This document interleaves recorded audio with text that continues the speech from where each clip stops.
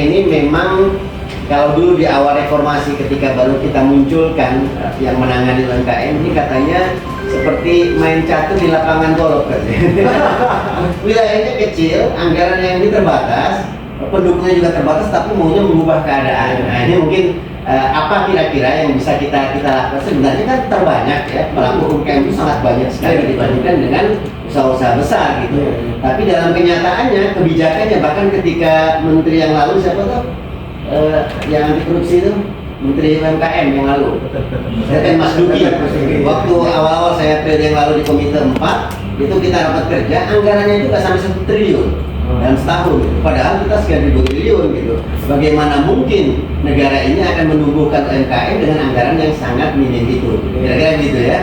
Kemudian tadi Askia Pak, itu memang anak saya kebetulan ikut bimbel di sana. Ya, jadi memang mereka bagus program-programnya, bahkan ada khusus untuk CPNS. Untuk CPNS itu ada program-programnya dan berani juga Pak.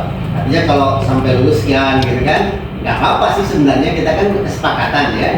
Kalau nggak lulus itu dikembalikan sekian gitu. Jadi orang bahkan ada yang sampai 2 tahun di cover dan sebagainya. Nah, jadi tentang Askia kita kenal juga dengan pengelolanya, insya Allah orang baik. Orang baik ya. Kemudian tadi disebutkan Mawadul Salam, itu pimpinannya baru meninggal Pak. Ustaz Said Marhum ya. Lalu Pak ya. Baru kan lalu, jadi kita doakan lah mudah-mudahan mereka juga semangat ilmunya di pesantren Robotul Hasanah. Kita banjir juga ya Mas ya? Kita banjir juga ya? Ya, memang daerah itu daerah XHGU Pak.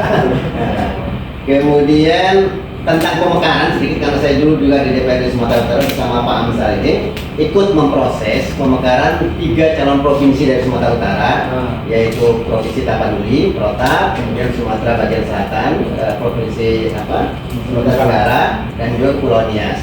Tapi sampai sekarang kebijakan di pusat itu masih moratorium, kecuali Papua. Ya, Papua yang dimekarkan menjadi 6 itu sekarang, 6 provinsi dari 2 menjadi 6. Itu baru Papua, yang lain belum ada yang dibuka. Kita sebenarnya termasuk mendorong, tetapi sampai sekarang belum ya. Kalau politisnya memang sering bersuara ya. Terakhir sinergi, saya pikir ini menarik sekali tawaran Pak Mutakin dan Bapak-bapak di sini, Bapak dan Ibu. Saya pikir memang kita dengan tugas yang begitu besar dan juga pengaruhnya kepada masyarakat kan, terkait dengan tadi adanya pegadaian yang bermasalah, pinjol yang bermasalah dan sebagainya. Memang kita ingin melakukan sesuatu yang memang menjadi tugas ya di antara kita, sebenarnya kami sebagai wakil masyarakat dan juga bapak-bapak yang berdasarkan undang-undang memang harus mengawasi itu.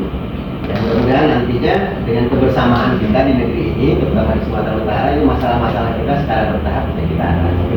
Kemudian ini teman-teman kita, ini ada Pak Amsal, beliau ini alumni Jepang, akhirnya sukanya ngitung-ngitung. Jadi tadi beliau nggak nulis, tapi dia hafalnya. Ya. Mungkin nanti ada tanggapan, ada masukan-masukan juga. Saya sendiri menyadari Pak, basic saya itu pesantren Pak. Jadi santri ya, senangnya makanya tadi begitu ada disebutkan syariah gitu tuh nyambung gitu ya. Tapi kalau masalah detail-detail kita serahkan Pak Amsal ke yang lain-lain. Kalau masalah turun hujan Pak Aziz. Saya pikir dari saya tadi beberapa hal mungkin kita beri kesempatan juga kepada tim kita, karena kami juga biasa diskusi Pak untuk menyikapi permasalahan-permasalahan yang ada. Silakan mungkin Pak Amsal. Silakan.